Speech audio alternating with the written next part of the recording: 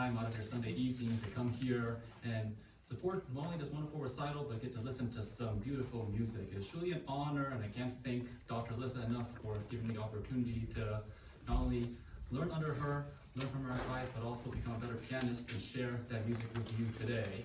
To start off our show, we're going to be going all the way to the early times of music into the Baroque era, and one of the composers that I think is one of the most famous and influential to the development of modern music and pianism itself, and that would be good old Johann Sebastian Bach. And the reason why he's so influential is that back in the Baroque era, we actually didn't have pianos like this. We instead had harpsichords. They didn't have as many keys, and those old harpsichords also didn't really have pedals or any of the ways that musicians nowadays could be able to express themselves and be able to do the things that us pianists can do now. But that didn't stop Bach in his era. Despite the limitations, he still created innovations, from like holding notes to mimic what pedals would do later on, to incorporating melodies and make it sound like there's like 3 different tunes incorporated at one time. Even though a lot of the other pianists had the more innovations of the future, Bach was really the one who laid that foundation. And if you look through history, a lot of the greats, Chopin, Liszt, Bach, all admired Bach and sort of remember what he did to help push piano into the future and make the musical instrument what it is today. So I'm honored to share with you my first Bach's Prelude and Fugue in C major. Thank you.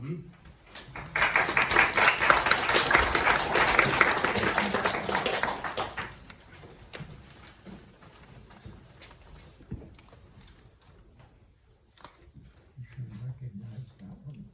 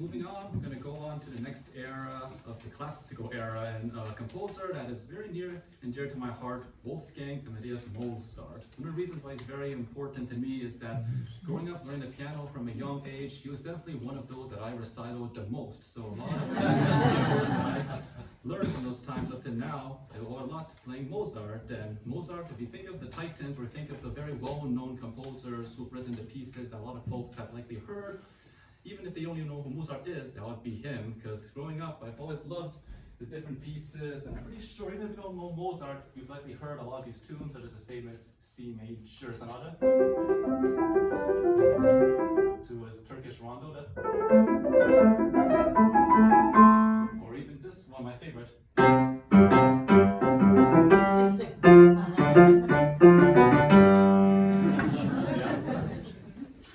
I'm pretty sure if you watched a random commercial on TV, or if you watched a TikTok, or if you were held up for hours listening for a telemarketing call, then most likely you've heard one of those free feeds.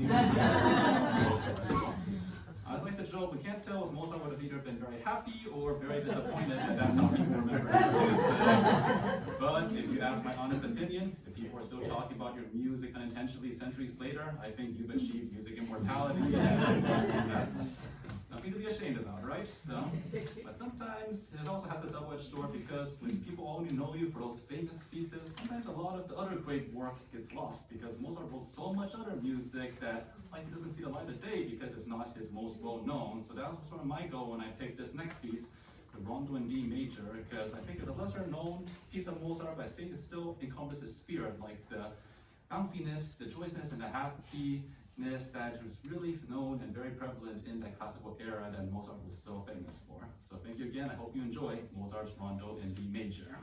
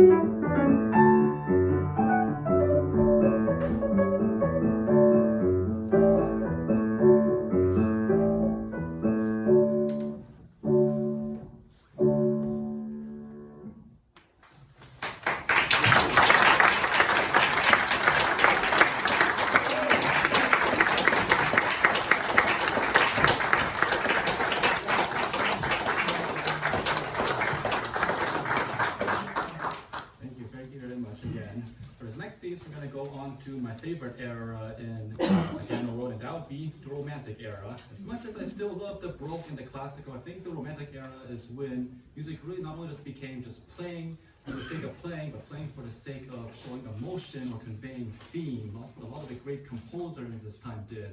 Like Chopin, Rachmaninoff, and the one you're going to hear today, another personal favorite of mine, the ever so great Franz Liszt.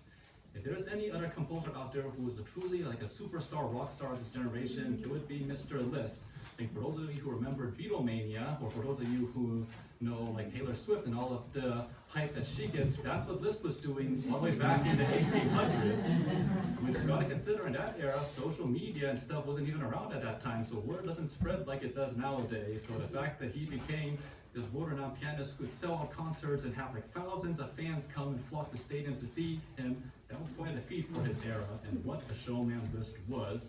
If you talk about someone who was both not only a talented virtuoso, but also like a prolific composer, it was him. He wrote so much music, and he loved showing just how talented he was by writing some of the most technically demanding and some of the hardest music out there too. Also aided that, if you know Liszt, he had big hands that could stretch 14 notes on the piano. So imagine at this, he's stretching up to here easily. So, but regardless of how much Liszt liked to show off, you gotta remember, he was still a man of his era, so he was still a romantic pianist at heart. And I think the reason I chose this Liebestraume to play for you next is that it shows that regardless how much like to write hard pieces or things like that, he still knew how to convey emotions and still know how to tell good storytellers just as much as the rest of the romantics of his era too. So please enjoy Liszt's third Liebestraume. Thank you.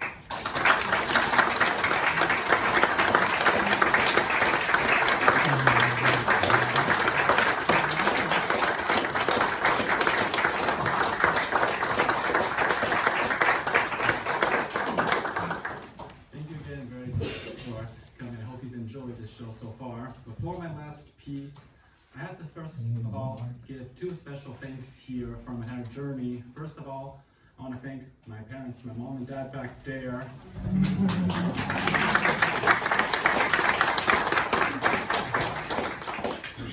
They put me in the piano lessons when I was still only 6 years old, not knowing that some of the skills I would learn throughout this entire journey would be imperative in my entire life journey and what I would eventually become a physician, because a lot of the lessons I've learned from the piano apply to not only being a doctor but also any aspect of life too. If you really want to be good at something, it takes a lot of hard work, a lot of practice, dedication to get that better, but most importantly, you have to enjoy what you're doing, have fun, and do it with passion, because if you don't have passion, then what else is there to it, right? So, and of course, I have to give one special thanks to my team from Cleveland Clinic Mercy Medical Center, including especially my main nurse Amy, Debbie, Dina, and even our newer faces, Dr. Sheridan and Michelle Duplain.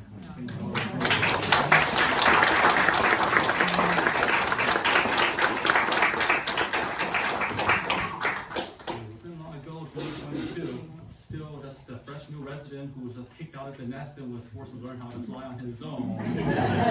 I knew in those first couple of months there was a lot of growing pains. I was still very raw around the edges, maybe didn't have my confidence yet, and still had to learn a lot of the tricks of being my own doctor, not always relying on attendings. But I want to thank you all. You put up with me for all those busy days, from seeing 60 to 70 patients a day, to all the emergencies, to all of the calls, and I couldn't have done what I do right now if I didn't have the best team in the world to got me through that. So, from the bottom of my heart,